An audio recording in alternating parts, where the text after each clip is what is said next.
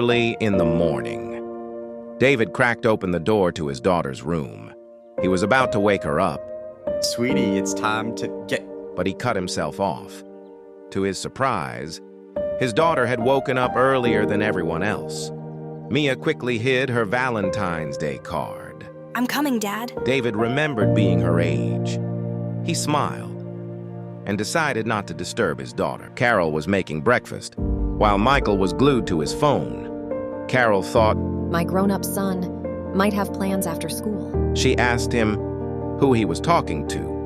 Michael just smiled, coyly. Say no more, said Carol, with a warm, knowing smile. She knew he'd share the news with her eventually.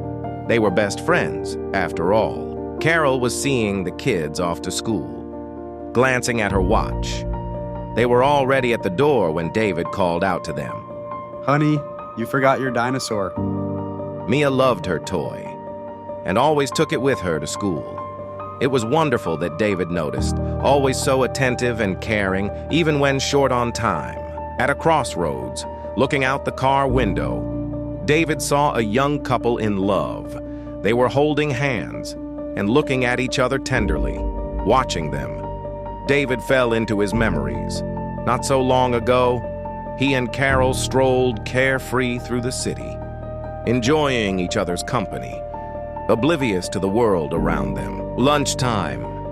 Carol stepped out to a nearby bistro to grab a coffee. She observed a couple hugging at a table. How sweet. It's a pity that in family life, with each passing year, there are more chores and less romance. Perhaps we're just too grown up for that. Returning to the office, Carol saw a bouquet of roses on her desk. Wow, David didn't forget. My favorite flowers. A delightful floral scent filled the air. Carol lovingly placed the bouquet in a vase and picked up the card. There was nothing in it, just a heart. David was busy working on a new project and only took breaks for coffee and meetings. After one such meeting, he returned to his desk to find his favorite candies. Carol and I haven't given each other gifts in such a long time. Today's a perfect day to change that. Suddenly, his boss called him to another meeting.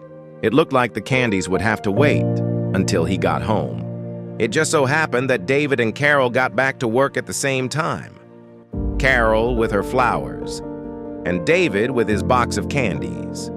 Seeing each other with their gifts, they slowed down and exchanged glances. Carol hadn't sent candies to her husband, and he'd never got around to ordering her flowers. And two silent questions hung in the air. Carol and David entered the house.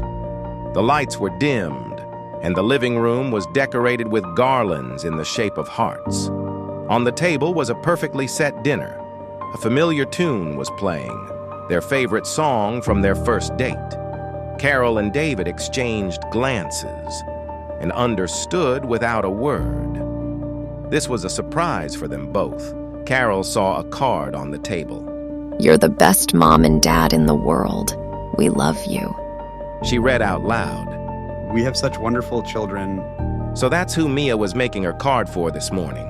And Michael remembers my favorite flowers and your favorite candies. And that's how their date, planned by their kids, began.